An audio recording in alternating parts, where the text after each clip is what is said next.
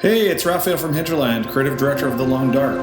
Let's talk about what we've added to the sandbox in our June update, which we've cheerfully named Penitent Scholar.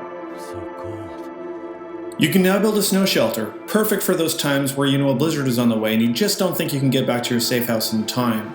Or maybe you're exploring the distant reaches of Pleasant Valley and you need a kind of base camp to explore from. The snow shelter can be set up pretty quickly from the radial menu, using sticks and cloth, and provides protection from wind and cold while you're inside it. The doorway is open to the outside world, so you can still build a campfire nearby for some extra warmth, or to cook. But keep in mind, you're still vulnerable to wildlife, so if you're unlucky, you might find yourself getting dragged out of the snow shelter in the middle of the night by a pissed-off bear. Still, the snow shelter is a nice addition to your exploration toolbox, and we're looking forward to seeing what you find as you explore deeper into the wilderness. The Long Dark has always been more about what you, the player, know than about your survivor's knowledge, and our gameplay philosophy is built on this concept of player knowledge, which we think is a big part of what makes the game so compelling. But we can only take the current system of player knowledge so far, and it can contribute to a feeling of sameness in the gameplay experience over the long term. So we've been working on a way to build on player knowledge with a system of skills progression. We've added survivor skills in Penitent Scholar as an experiment in how to expand the game in this way. Essentially, skills supplement your player knowledge by improving your prowess in the survival actions you use the most. As you improve your skill level, you'll unlock modifiers to aspects of that skill. For example, develop your fire starting skill and you'll become more efficient in starting fires, as well as extracting the optimal burn times from your fuel. If you're skilled enough, you'll even be able to start a fire without tinder. As a test, we've implemented a small handful of skills in this update, and we plan to build on this system as we gather more playtesting feedback. Remember, survivor skills are not applied globally and they are not persistent. You have to build them up for each survivor, and when they die, you lose that progress.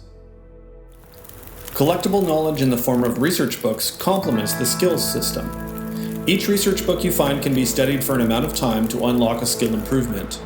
It's a great way to pass time in the quiet hours before the sun rises and you head out for the day's adventure. We've added 2 new challenge modes, Nomad and Whiteout.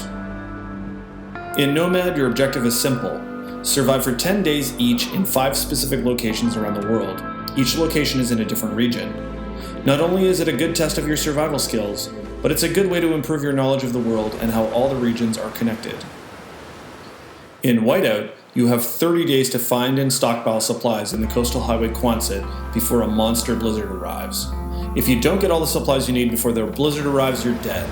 Of course, the weather gets worse and worse as the 30 days count down. It's a true test of your ability to gather resources, conserve, and survive the harsh weather conditions. One more thing. We've added a new player progression system we call Feats. Feats are kind of like achievements, except that they offer gameplay benefits, and reward long-term play by improving your survivor's physical attributes, such as the ability to sprint for longer, or to require fewer calories per hour of activity, for all sandbox games from that point forward. That's right, while skills progression is per survivor, Feats progression is per player, so every hour you spend in the game is making you a better survivor from that point onward. And those are just the big items. There's a whole bunch of other fixes and gameplay tweaks in Penitent Scholar, including community requests like not being able to craft in the dark, brandishing using up stamina and not fatigue, and automatically adding harvested materials directly to your backpack, and a lot more. For a full list of fixes, please visit the update announcement threads in Steam and the official forums at hinterlandforums.com using the links below. Thanks for listening, and we hope you enjoy the Long Dark's latest update, Penitent Scholar.